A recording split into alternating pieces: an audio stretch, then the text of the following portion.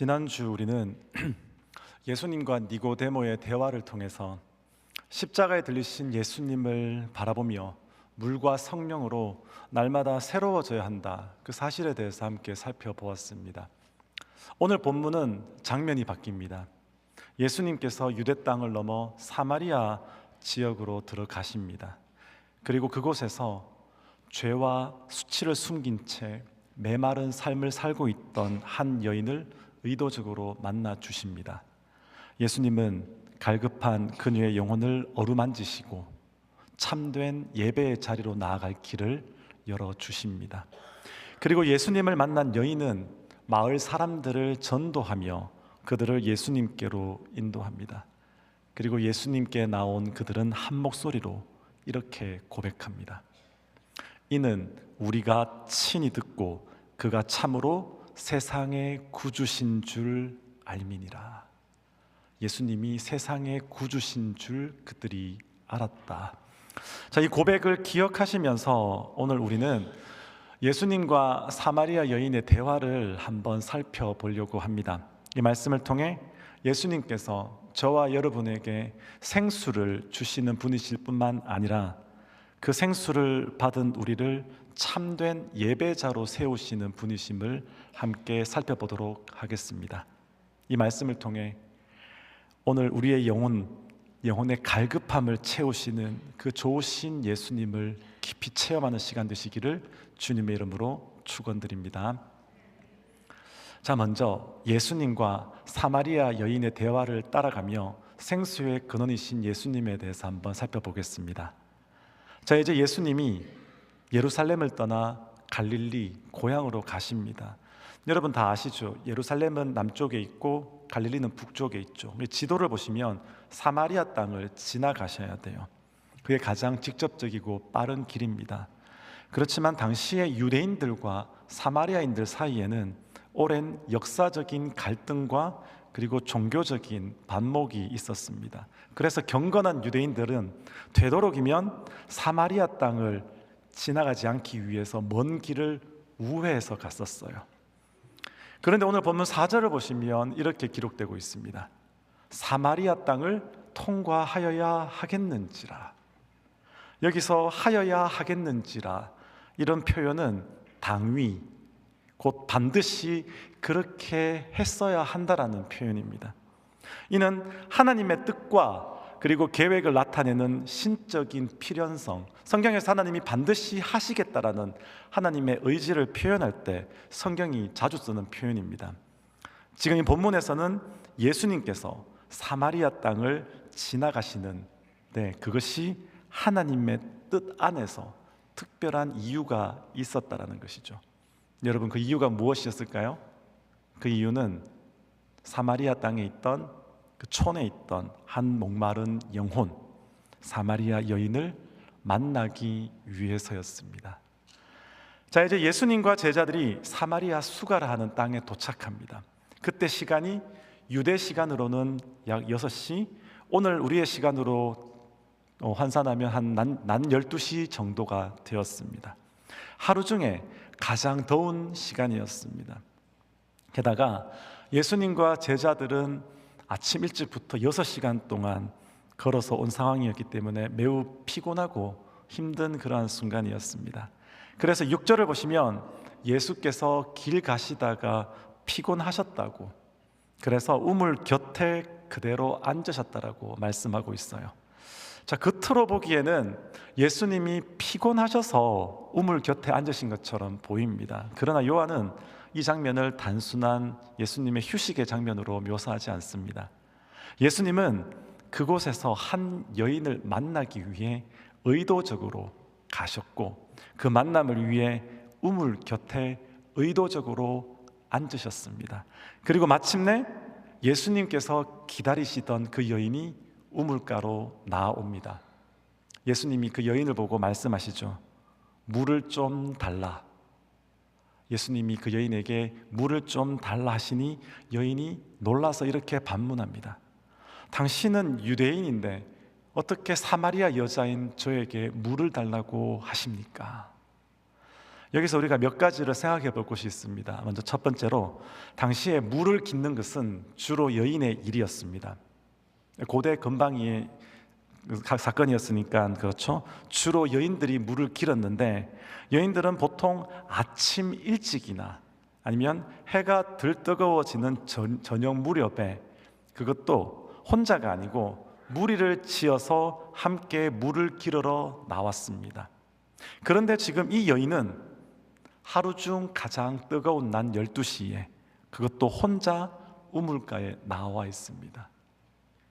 이것은 이 여인이 그 공동체 안에서 어떠한 시선을 받고 있었는지를 우리에게 보여주고 있습니다. 자, 두 번째로 당시 유대 남성은 공공장소에서 여성들과 대화하는 것을 매우 조심했습니다. 더욱이 랍비, 곧 선생으로 여겨지는 사람이 공공장소에서 낯선 여인과 대화하는 것은 매우 이례적인 일이었습니다. 그런데 지금 예수님과 대화하고 있는 상대는 단지 여성일 뿐만 아니라 이스라엘 백성들이 이방인이라 미워하고 싫어하던 사마리아 여인이었습니다. 그래서 27절을 보시면 제자들이 돌아와서 예수님이 여인과 이야기하시는 것을 보고 이상히 여겼다라고 그렇게 말씀하고 있습니다. 근데 여기서 이상히 여겼다는 말은 정확하게 의미를 따지다면 제자들이 어찌할 바를 몰랐다, 상당히 당황했다, 그러한 뜻을 가지고 있습니다. 그만큼 예수님께서 사마리아 여인과 대화를 나누시는 장면은 당시의 문화와 종교적인 관습 속에서는 매우 충격적인 그러한 일이었습니다. 제가 있던 칼빈 신학교의 한 교수님이 이런 말씀을 해주신 적이 있어요.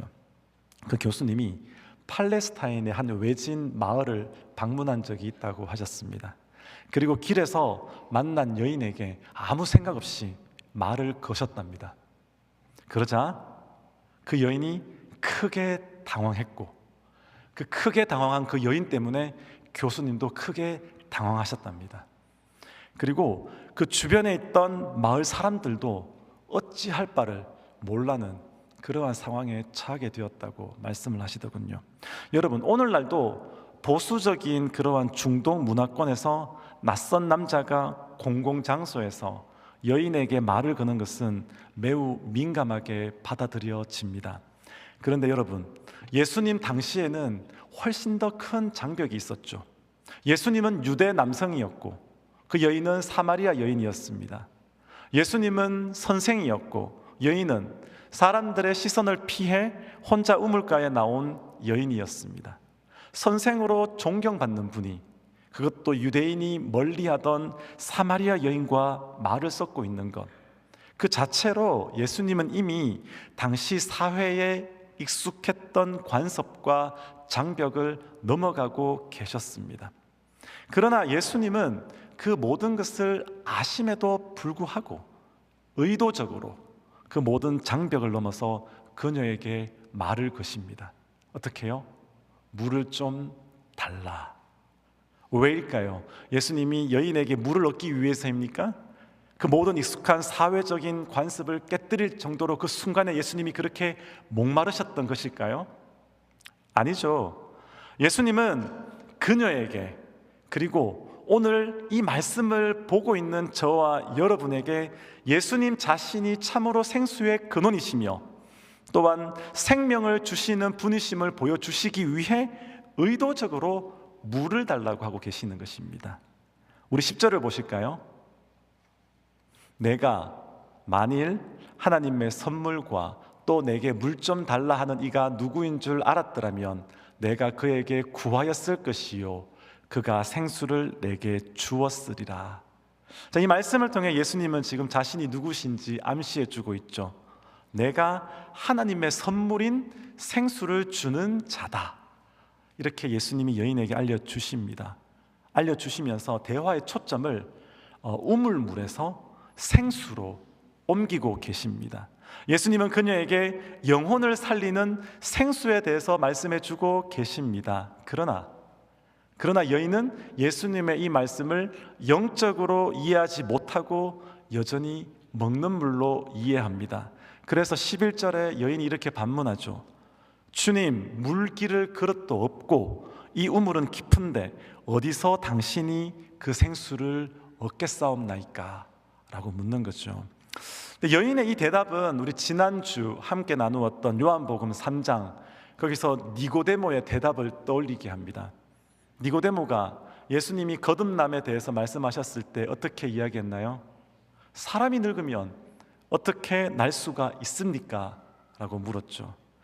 그는 영적인 거듭남을 육체적인 출생으로 오해했습니다. 마찬가지로 오늘 본문에서 사마리아 여인도 예수님께서 말씀하시는 그 생수를 여전히 우물물의 차원에서 이해하고 있습니다. 그러자 예수님은 지금 여인에게 예수님이 주시고자 하시는 그 영생수에 대해서 조금 더 분명하게 말씀해 주고 계십니다. 13절과 14절입니다. 이 물을 마시는 자마다 다시 목마르려니와 내가 주는 물을 마시는 자는 영원히 목마르지 아니하리니 내가 주는 물은 그 속에서 영생하도록 솟아나는 샘물이 되리라. 여러분, 본문을 집중해서 한번 살펴보시기 바랍니다. 예수님은 먼저 이 물을 마시는 자마다 다시 목마르다라고 말씀하십니다. 여기서 이 물은 무엇을 뜻할까요? 그 우물물이겠죠. 그렇지만 그 우물물이 상징하는 것이 있습니다. 곧 관계, 인정, 성공, 돈, 즐거움, 이런 것들이겠죠.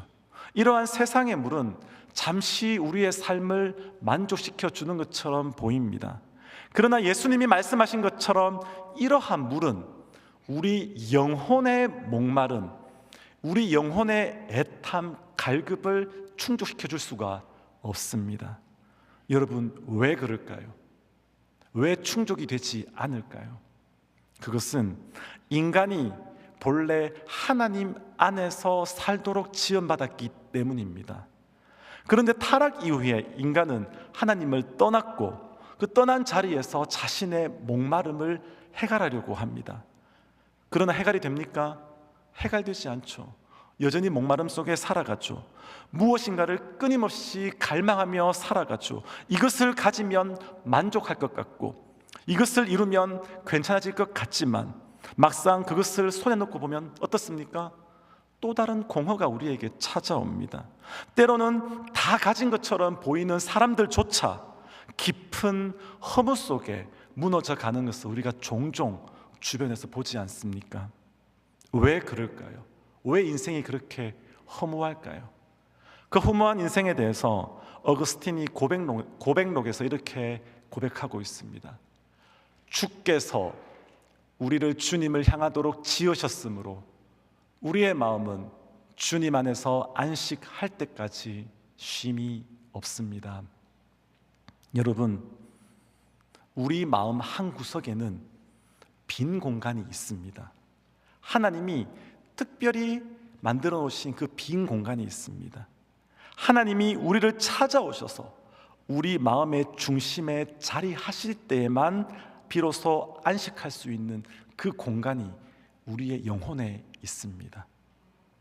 여러분, 인간은 하나님의 형상으로 지원받은 영적인 존재입니다. 단순히 육적인 존재가 아닙니다. 그렇기에 육적인 것이 채워진다고 해서 우리의 영혼이 채워지지가 않습니다. 그래서 인간은 물질만으로도 살 수 없고 관계만으로도 만족할 수 없고 성공으로만으로도 채워지지 않는 그것이 바로 인간입니다. 타락으로 인해 잃어버린 하나님과의 그 관계가 회복되어지기까지 인간은 아무리 많은 것을 가져도 여전히 메마르고 목마른 존재입니다. 그래서 여러분, 우리에게는 예수님이 주시는 생수가 필요합니다. 우리 영혼을 살리는 것은 이 세상의 물, 이 세상의 것이 아닙니다. 오직 예수님이 주시는 영생수만이 메마른 우리의 영혼을 살릴 수가 있습니다. 14절을 보시겠습니다. 내가 주는 물을 마시는 자는 영원히 목마르지 아니하리니 내가 주는 물은 그 속에서 영생하도록 솟아나는 샘물이 되리라. 그런데 여러분, 요한복음은 이 생수, 영생수가 무엇인지 더 분명하게 구체적으로 우리에게 알려주고 있습니다. 요한복음 7장을 보시겠습니다. 7장을 보시면 여기서 예수님은 누구든지 목마르면 내게로 와서 마시라고 말씀을 하십니다. 곧 이 세상의 세파에 지친 자여, 세상에서 만족하지 못하는 자여, 나에게로 오라라고 예수님께서 초청하십니다. 그리고 예수님께 나오는 자, 새 생명을 주시겠다고, 생수를 주시겠다고 약속해 주십니다. 나를 믿는 자는 성경의 이름과 같이 그 배에서 뭐가요?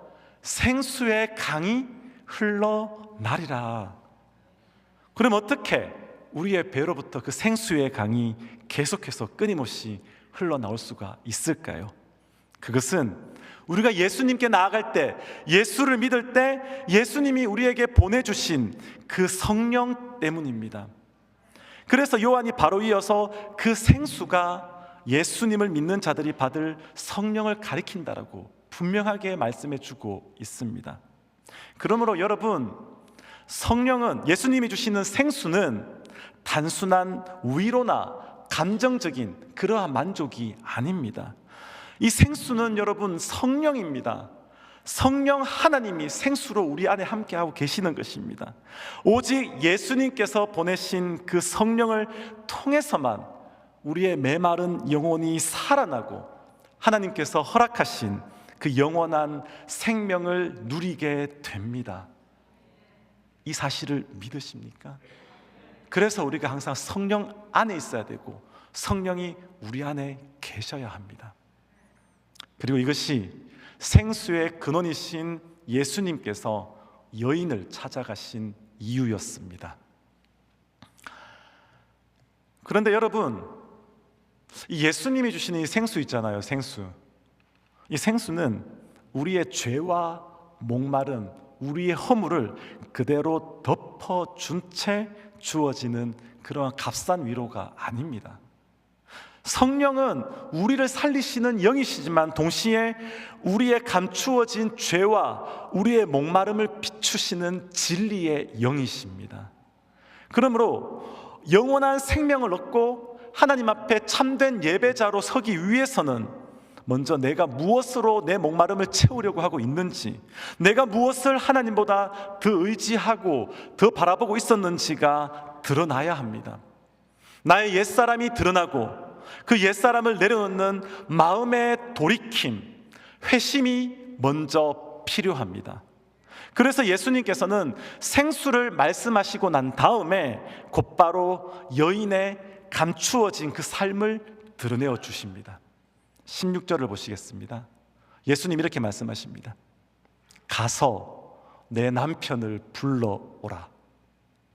가서 내 남편을 불러오라. 여러분, 이 말씀이 예수님이 단순하게 가서 남편을 데려오라 그 말씀이 아닌 걸 다 아시죠? 네가 지금까지 무엇으로 너의 목마름을 채우려고 했는지 한번 돌이켜봐라. 그리고 네가 끝까지 붙들고 있던 그것을 이제 내 앞에 내려놓으라라는 그러한 주님의 초청입니다. 그러나 여인은 어떻게 대답합니까? 어떻게 대답합니까? 저는 남편이 없습니다 라고 대답해요. 그러자 예수님은 그녀를 책망하지 않으시고 그녀의 과거와 현재를 드러내시면서 다시 한 번 더 기회를 주십니다. 너에게 남편 5이 있었고 지금 있는 자도 내 남편이 아니니 내 말이 참되도다. 여러분, 우리 주님은 중심을 보시는 분이십니다. 사람 앞에서는 감출 수 있어도 우리 주님 앞에서는 감출 수가 없습니다. 이 여인이 숨기고 싶었던 과거, 사람들에게 드러내고 싶지 않았던 그러한 삶, 그리고 지금도 정리되지 않는 그 삶의 문제를 예수님은 다 알고 계셨습니다. 그러자 예수님이 이렇게 말씀을 하시니 여인이 깜짝 놀라는 거죠. 자신의 과거와 현재를 알고 계시니.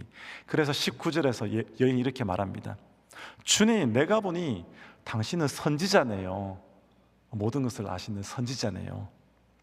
자, 이제 여인이 어쩔 수 없이 예수님께서 자신의 삶을 알고 계신다는 사실을 인정합니다. 그렇지만 여러분, 그렇지만 본문을 자세히 보셔야 됩니다. 그렇지만 그녀가 즉각적인 회개의 자리로 나아가지는 않습니다. 오히려 화제를 돌립니다. 20절을 보실까요? 우리 조상들은 이 산에서 예배하였는데 당신들의 말은 예배할 곳이 예루살렘에 있다 하더이다. 여러분, 지금 이상하지 않습니까? 예수님은 여인에게 남편을 데려오라고 하셨는데 내 삶을 돌이켜보라고 말씀하시는데 이 여인은 갑자기 예배할 장소를 이야기하고 있어요. 뜬금없이 동문서답을 하고 있는 것입니다. 물론 여인의 말이 틀린 건 아니에요. 왜냐하면 유대인과 사마리아인들 사이에는 실제로 예배 장소를 둘러싸고 오랜 논쟁이 있었습니다. 예루살렘에서 예배 드려야 하느냐 아니면 그리심산에서 예배 드려야 하느냐 계속해서 싸워왔었어요. 그렇지만 여러분, 지금 이 대화의 흐름 속을 자세히 살펴보시면 여인의 이 질문에는 회피의 성격이 있습니다. 쉽게 말해 말을 돌리고 싶어 하는 거죠. 주님, 그 이야기, 저의 개인적인 사생활에 대해서는 이야기하지 맙시다. 그건 제 아픈 부분, 제 아픈 과거입니다. 제 삶의 이야기는 그만하시고 종교적인 이야기는 합시다. 참으로 여러분, 아이러니하지 않습니까? 우리가 그토록 중요하게 생각해오고 있는 이 본문, 참된 예배에 대한 신학적인 논의가 사실은 한 여인의 도피성 발언에서 시작되었다는 사실이 참 아이러니하지 않습니까? 그런데 여러분, 더 놀라운 사실은 이러한 여인의 말돌리기, 이 여인의 회피마저도 사용하셔서 그녀를 영생의 길로, 곧 참된 예배의 자리로 예수님께서 이끌어 가신다는 사실입니다. 여러분, 성경을 보십시오. 여인은 피하려고 합니다. 그렇지만 예수님 어떻습니까? 포기하지 않습니다. 여인은 주제를 바꾸어서 자신의 문제를 덮어두려고 하고 있습니다. 그러나 예수님은 그 바뀐 주제조차 따라가시면서 사용하셔서 다시 복음의 중심으로 그녀를 돌리십니다. 여러분, 이것이 바로 예수님의 끈질긴 은혜입니다. 잃어버린 자를 향한 예수님의 마음입니다. 이제 예수님은 이 여인의 회피성 질문에 답하시면서 참된 예배의 의미에 대해서, 하나님께 나아가는 길에 대해서 알려주시고 여인에게 결단을 촉구하십니다. 우리 23절 말씀을 보시겠습니다. 아버지께 참되게 예배하는 자들은 영과 진리로 예배할 때가 오나니 곧 이때라. 아버지께서는 자기에게 이렇게 예배하는 자들을 찾으시니라. 여러분, 어떻게 예배하라고 말씀하고 있습니까? 네, 영과 진리로 예배하라고 말씀하고 있습니다. 이것은 영과 진리로만 하나님 아버지께 나아갈 수 있다라는 뜻이죠. 그리고 너무나 중요하기에 요한 사도가 24절에서 한 번 더 반복하고 있습니다. 하나님은 영이시니 예배하는 자가 영과 진리로 예배할지니라. 여러분, 영과 진리라는 표현이 이렇게 두 번 반복되어 있는 것, 이것은 하나님께 나아가는 길이 오직 영과 진리로만 가득하다는 사실을 요한이 의도적으로 지금 강조하고 있는 것입니다. 그리고 성경을 보시면 영과 진리는 하나의 전치사로 연결되어 있습니다. 곧 영과 진리가 분리된 두 가지의 요소가 아니라 진리이신 예수님을 증언하시는 성령 안에서 드려지는 참된 예배를 이야기합니다. 하나님께 나아가기 위해서는 영으로 나아가야 되고 진리이신 예수 그리스도 말씀으로 나아가야 됨을 우리에게 알려주는 것이죠. 여러분, 옛날 성경에는 신령과 진정으로 예배 드린다고 그렇게 번역했었죠. 그래서 우리는 종종 이 말씀을 마음을 다해 진실하게 전심으로 예배하라는 뜻으로 이해해 왔습니다. 물론 맞습니다. 그렇게 예배해야 합니다. 그렇지만 원문과 요한복음의 문맥을 조금 더 자세히 보시면 이 말씀은 단순하게 마음을 다해서 진실하게 예배하라 그 수준을 넘어섭니다. 구약의 약속을 성취하신 예수님께서 보내신 그 진리의 영, 곧 성령 안에서 말씀과 함께 하나님께 나아가야 한다라는 그러한 뜻입니다. 성령이 진리의 영이라는 뜻은 사실은 요한복음의 특징입니다. 예수님은 요한복음 14장 16절부터 17절 말씀에서 아버지께 구하여 또 다른 보혜사를 보내실 것이라고 말씀을 하시는데, 그가 누구라고 이야기합니까? 진리의 영이라고 예수님이 친히 말씀해 주십니다. 또한 요한복음 15장 26절에서도 아버지께로부터 나오는 진리의 성령이 자신을 증거할 것이라고 말씀해 주고 계시죠. 더 나아가 요한복음 16장 13절에서도 진리의 성령이 오시면 너희를 모든 진리 가운데로 인도하신다라고 예수님께서 친히 말씀하셨습니다. 그러므로 여러분, 성령은 단순히 우리의 마음을 채우시고 뜨겁게 하시는 분만이 아닙니다. 성령은 진리이신 예수 그리스도를 증언해 주시는 분이십니다. 성령은 영원히 우리와 함께 하시며 우리를 모든 진리 가운데로 인도하여 주시고 그 진리 안에서 우리로 끊임없이 회개하게 하시며 하나님 앞에 온전히 나아가게 하시는 분이십니다. 그러므로 여러분, 예수님께서 주시는 영생수, 오늘 본문에 생명수 있지 않습니까? 이 영생수는 성령 안에서 주어지는 하나님의 영원한 생명입니다. 그 생수를 받아 누린 자만이 하나님께 나아갈 수 있으며 참된 예배를 드릴 수가 있습니다. 이것이 바로 성령 안에서 진리이신 예수님을 통해 하나님 아버지께 나아가는 삼위일체적인 예배의 본질입니다. 그렇다면 여러분, 이 일이 이루어지기 위해 하나님께서는 무엇을 하셨을까요? 이 일을 이루기 위해 하나님이 하신 일은 무엇일까요? 그것은 메시아를 보내어 주시는 것이었습니다. 메시아이신 예수님을 보내셔서 구약의 모든 약속을 이루어 주시는 것이었습니다. 그래서 여인의 입을 통해서 성경은 결정적인 말을 우리에게 들려줍니다. 25절입니다. 메시아 곧 그리스도라 하는 이가 오실 줄을 내가 아노니 그가 오시면 모든 것을 우리에게 알려주시리이다. 그러자 예수님께서 이 여인의 고백 앞에 어떻게 말씀하십니까? 자신을 드러내시죠. 내가 바로 그다. 내가 바로 메시아다. 내가 바로 네가 기다리고 있던 그리스도라고 이제 말씀해 주시죠. 여러분, 예수님께서 사마리아 여인 앞에서 자신이 메시아이심을 드러내십니다. 유대인도 아니고 종교 지도자도 아니고 사람들에게 인정받는 사람도 아니었던 죄와 수치를 숨긴 채 메마른 삶을 살아가던 사마리아 여인 앞에 예수님께서 지금 자신이 메시아이심을 선언하고 계시는 것입니다. 네가 기다리던 메시아가 바로 나다. 수고하고 무거운 짐진 너를 위해 내가 왔다. 내가 주는 물은 영원히 마르지 않는 생명수다. 내가 성령을 너희에게 보내어 그 영생수가 영원히 넘치도록 할 것이니 그러니 너는 나를 믿겠느냐라고 예수님이 물으시는 것입니다. 이것이 오늘 본문에 드러난 메시지입니다. 이것이 복음이고 차별 없이 모든 사람을 찾으시는 하나님의 은혜입니다. 여러분, 그렇다면 이제 남은 것이 하나 있어요.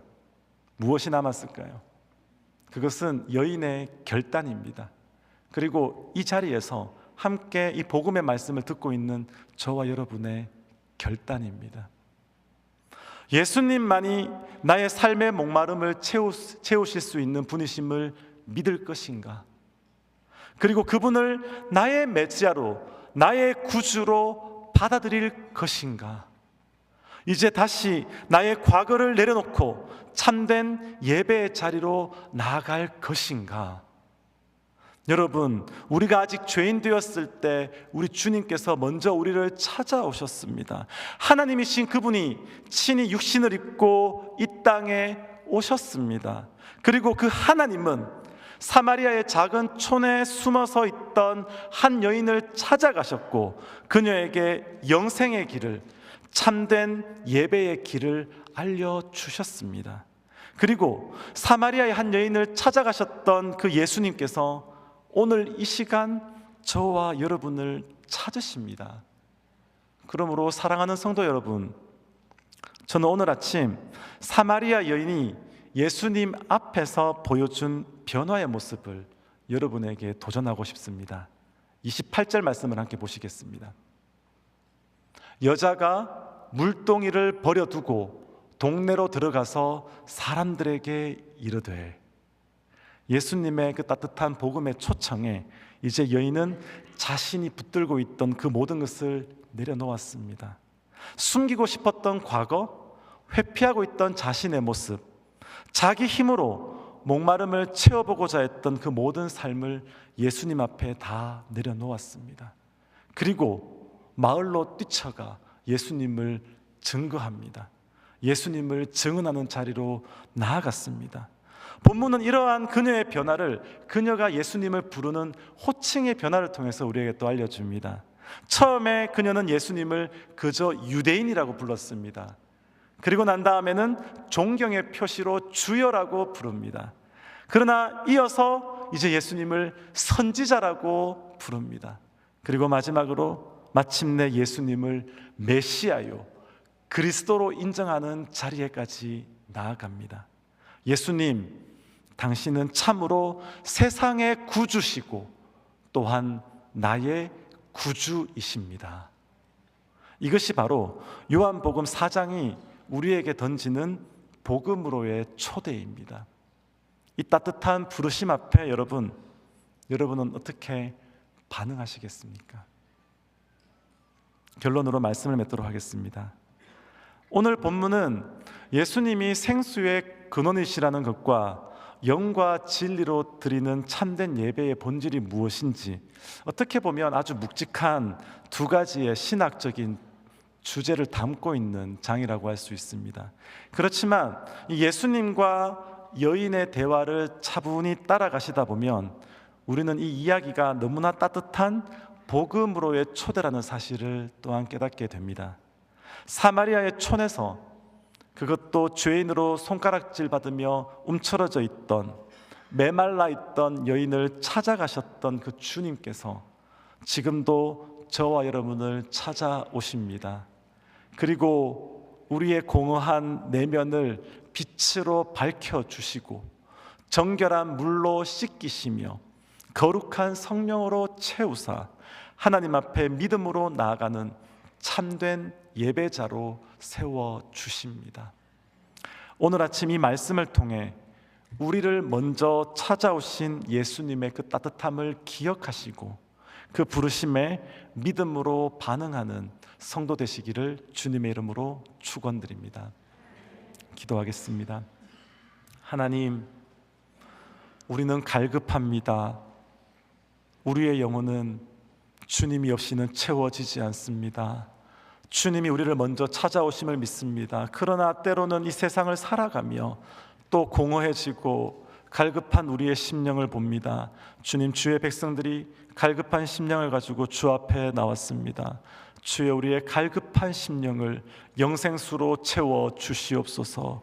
생명으로 채워 주시옵소서. 성령으로 충만케 하사 우리의 심령이 다시 한 번 더 예수님으로 말미암아 기뻐 뛸 수 있게 인도하여 주시옵소서. 감사하며 예수님 이름으로 기도합니다. 아멘. 함께 찬양하시겠습니다. 다 같이 일어나셔서 함께 찬양하시도록 하겠습니다.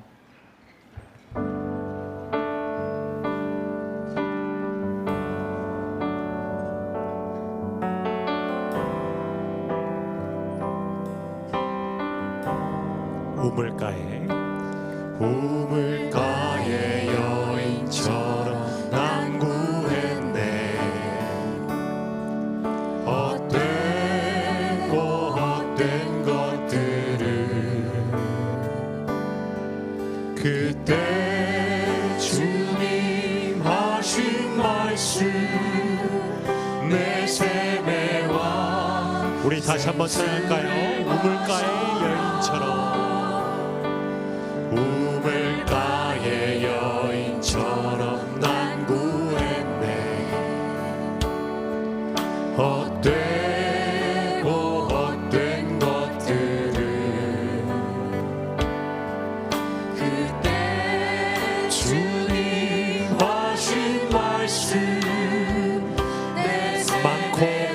사람들이 찾았었네. 많고 많은 사람들이 찾았었네. 헛되고 헛된 것들을 주 안에 감추인 법에 세상 것과 오 주님 채우소서. 오 주님 채우소서. 나의 잔을 높이렵니다. 하늘 양식 내게 채워주소서. 넘치도록 내 친구여 거기서 돌아오라. 내 친구여 거기서 돌아오라. 주님의 넓은 품으로 우리 주님 너를 반겨 그 넓은 품에 안아. 오 주님 채워주시옵소서. 주님 채우소서. 나의 잔을 높이렵니다. 하늘 양식 내게 채워주소서. 우리 마지막으로 다시 한번 고백하길 원합니다. 오 주님 채우소서. 오 주님 채우소서. 나의 잔을 높이렵니다. 하늘 양식 내게 채워주소서. 넘치도록 채워주소서.